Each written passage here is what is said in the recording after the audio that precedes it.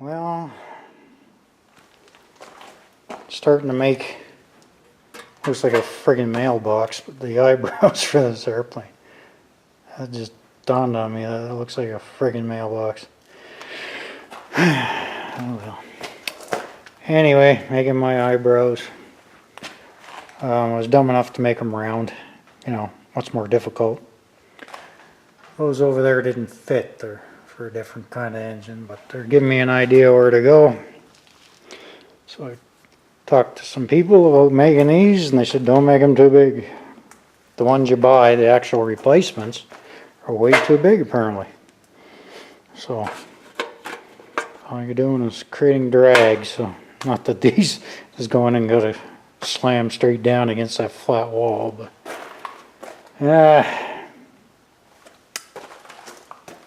look good going by in the air, I guess. So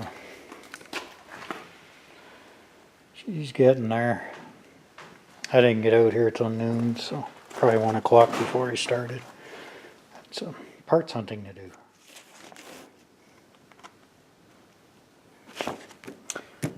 Something I printed off the FlyBaby website on the computer.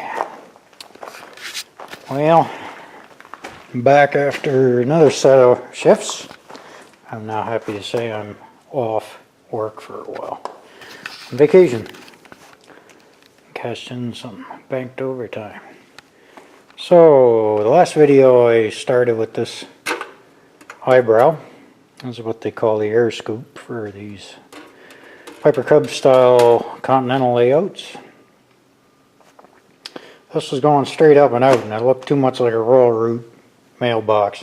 I almost felt like putting my name on it or and house number. So I said I can't leave it like that. So I made a pattern on the inside, figured out roughly where I need to be. It's about a little better than halfway past the spark plug to slope it. Then I made another pattern, made another piece, riveted on, bending an angle in it. I made another piece in the back.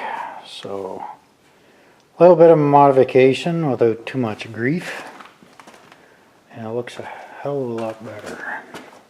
And I think the other one, the original, is actually sloped even further forward, but this is all she's getting from me. So there she is, the air slammer. I may have to do a mod here yet, I don't know, because it goes past the cylinder, but I noticed the one I use for a pattern does the same thing. So, and these are steel. I think I'm going to change them to stainless.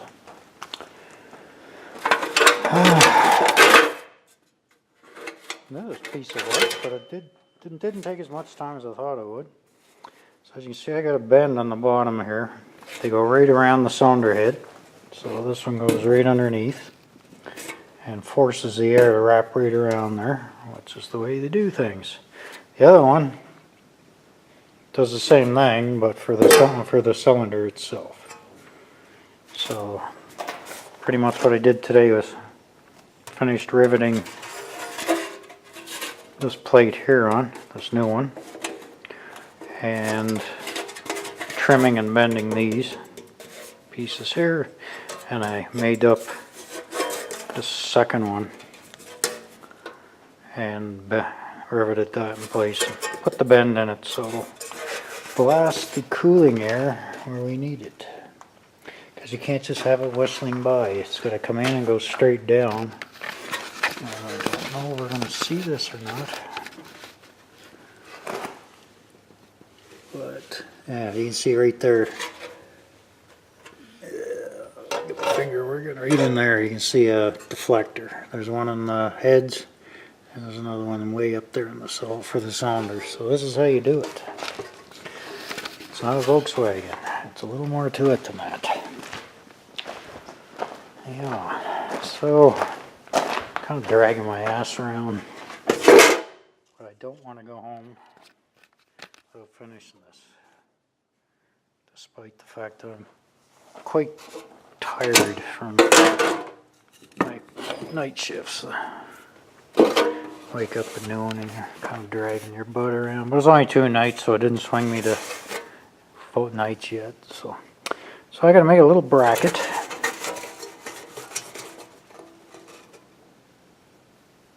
a Z bracket or some kind to come down and rivet on here just to brace this up a bit so it doesn't just flop around, flex and break, beef her up. And then I gotta come up with something to fill that gap. And that something might be as simple as silicone because it'll actually help absorb the vibration.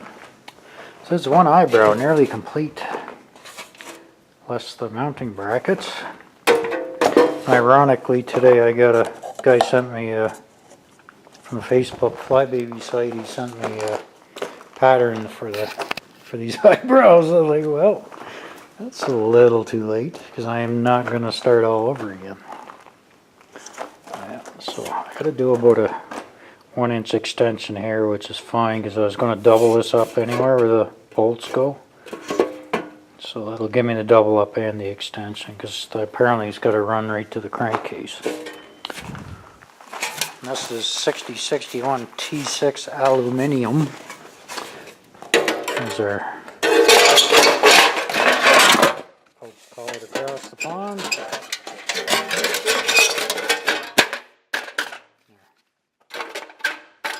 Fits like a glove.